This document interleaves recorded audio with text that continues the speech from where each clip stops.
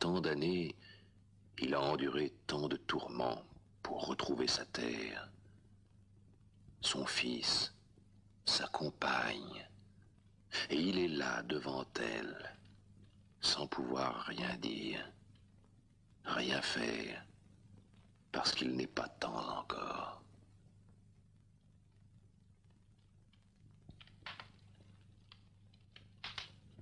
Ne crains rien, étranger. Je veux savoir qui tu es. Si je te contais mon histoire, noble reine, tu me prendrais pour un menteur ou un ivrogne. Mais au fond de toi-même, ce n'est pas moi qui t'intéresse, c'est ton mari absent. J'ai vu Ulysse. Oui, je l'ai vu. Avec une armée quand il partait pour Troie, il y a bien longtemps de cela.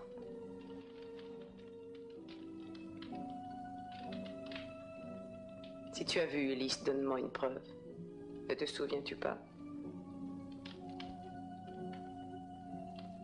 Il y a bien des années, plus de 20 ans, c'est loin.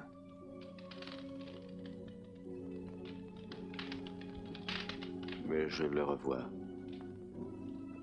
Je le revois enveloppé dans un grand manteau rouge. Et sur le manteau, il y avait une agrafe dorée, avec en relief un chien de chasse qui serrait un faon entre ses pattes. Et le faon cherchait à s'échapper. J'avais moi-même cousu les plis de ce manteau.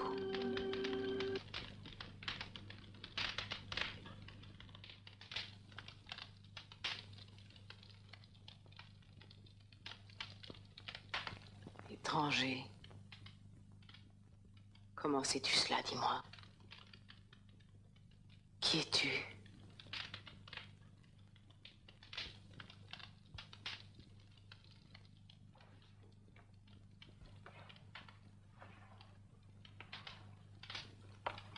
Je suis Aïton. La ville où je suis né est celle de Inossos.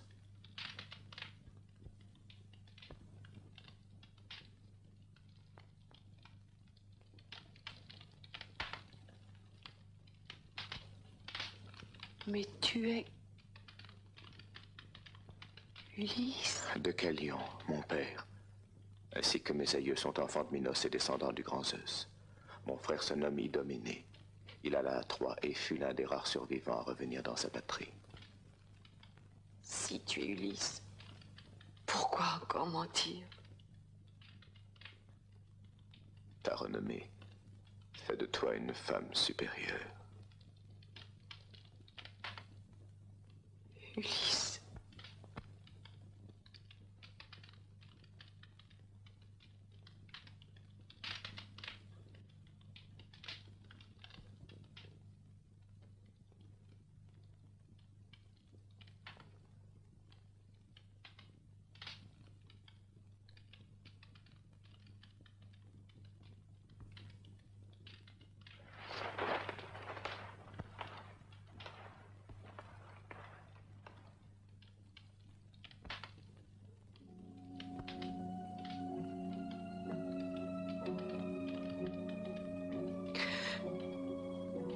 Je veux que tu restes dans ce palais. Je vais faire préparer ta couche. Euryclée, prends bien soin de notre hôte. Ce n'est pas un mendiant, c'est Aïton de Inossos. Il était roi autrefois. Il a le même âge que ton maître. Mais le malheur vieillit et ride le visage.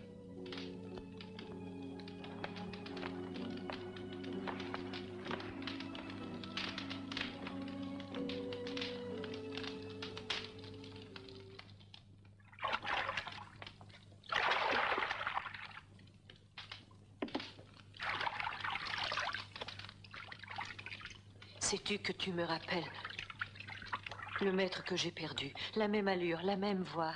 Je sais, on me l'a dit parfois. Maître adoré, mon cher maître, que ta vieille servante pleure.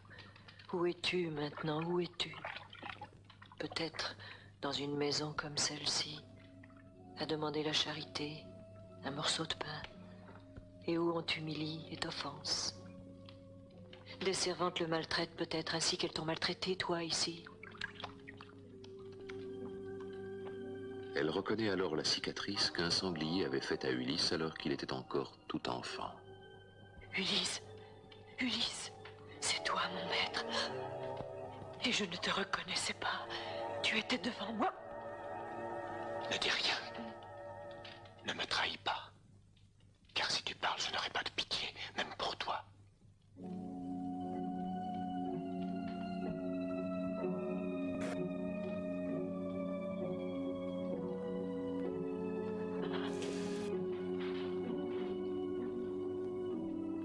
Toi qui sembles si avisé et si prudent, étranger, éclaire-moi de tes conseils. Dis-moi. Tu as pu voir, n'est-ce pas, que ma maison est envahie par de jeunes princes qui veulent à tout prix m'épouser. Mon fils semble impatient de se débarrasser de moi. Que faut-il que je fasse? Patientez. Ulysse reviendra. Et il fera justice.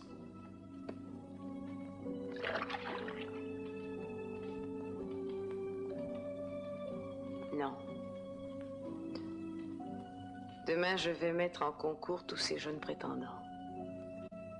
Oui, le premier, assez fort pour tendre le boyau de l'arc qu'Ulysse m'a laissé et qui réussira à envoyer la flèche à travers 12 haches, cet homme-là sera mon époux.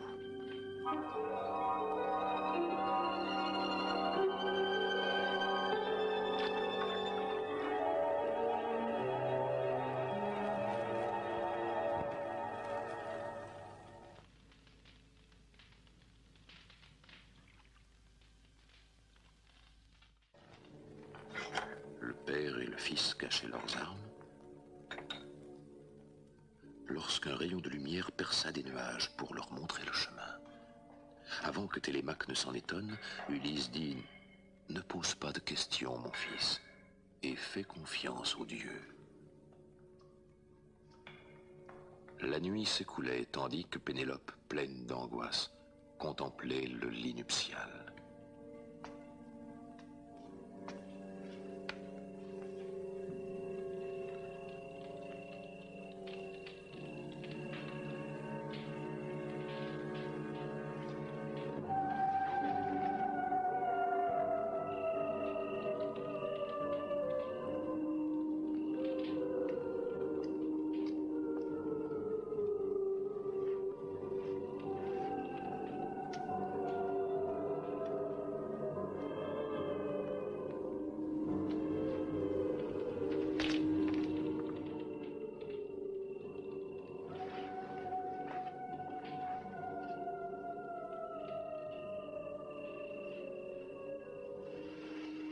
Artémis, fille de Zeus, transperce-moi d'une flèche ou fais que le vent et la tempête m'emportent sur des sentiers de brouillard. Fais-moi mourir, Artémis. Ulysse devine ce qu'elle se dit en elle-même. Il est troublé.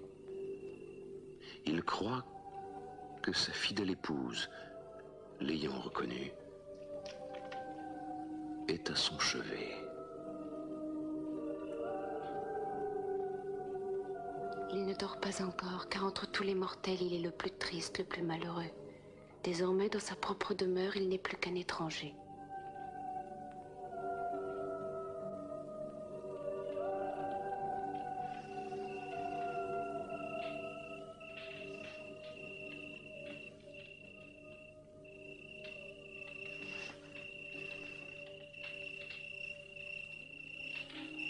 Lentement, l'aurore succède à la nuit.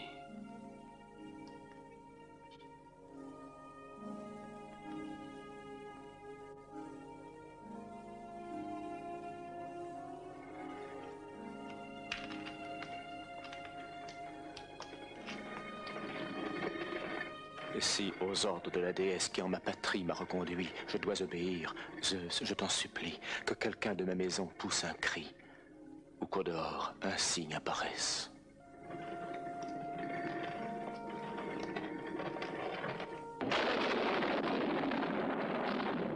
Une seule femme est restée. Les autres sont déjà de retour chez elle. Fluette, vieille, elle a fini sa journée de travail et il lui reste encore du grain.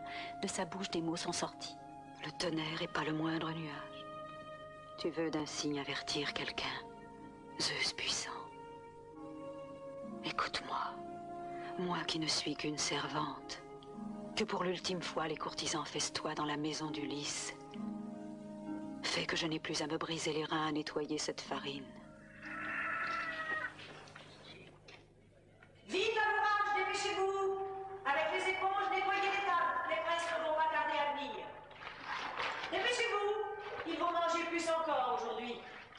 Car c'est un jour de fête.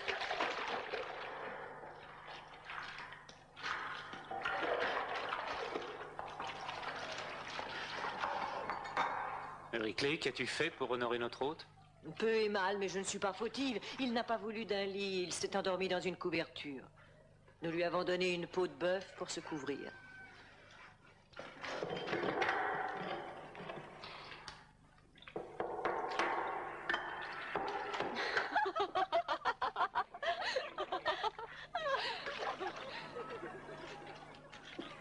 Eumée arrive au palais.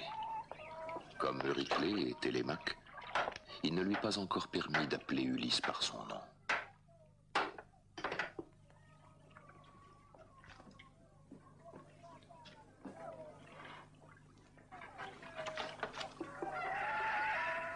Qui est ce bouvier? Philoétios, quand tu l'as acheté, il n'était encore qu'un petit enfant, t'en souviens-tu? Il n'a pas l'air d'un sot. Ulysse souffre de la solitude, son esprit est en proie au tourment. Solitude et tristesse envahissent son âme, de même que le doute. Pourquoi se jeter sur les princes arrogants, n'ayant à son côté que son fils Télémaque et le porcher Eumée? C'est une entreprise risquée, mais bientôt Athéna, la déesse aux yeux pères, une nouvelle fois est debout devant lui. Tu doutes pourquoi?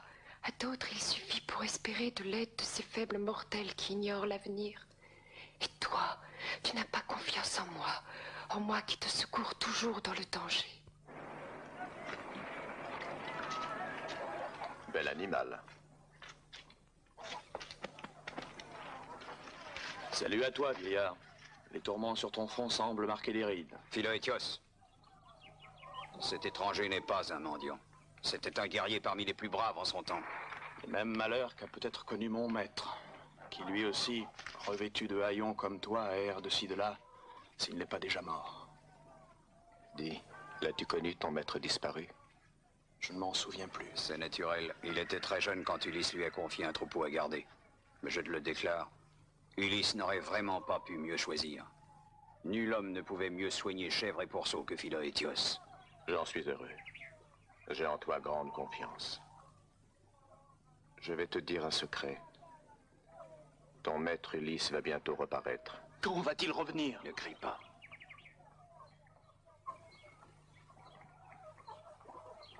Alors dis-moi, Philoétios, s'il revenait, que ferais-tu? Quelle serait ma conduite? Mon cher maître aurait, je crois, bien besoin de ce bras. Tu verrais ce que je ferais.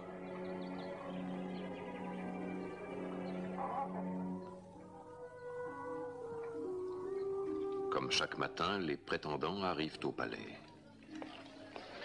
Suivant leurs ordres, on a préparé des brebis les plus grasses, des porcs les plus beaux et des vaches nombreuses.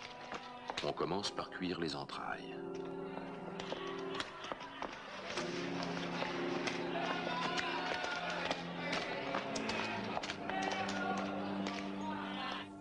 Les viandes sont rôties, le pain distribué, on verse le vin dans les coupes. Les princes se jettent sur la nourriture. Le superbe festin commence dans la joie. Ulysse observe sans rien dire. Mais l'amertume et le désir de vengeance grandissent dans son cœur.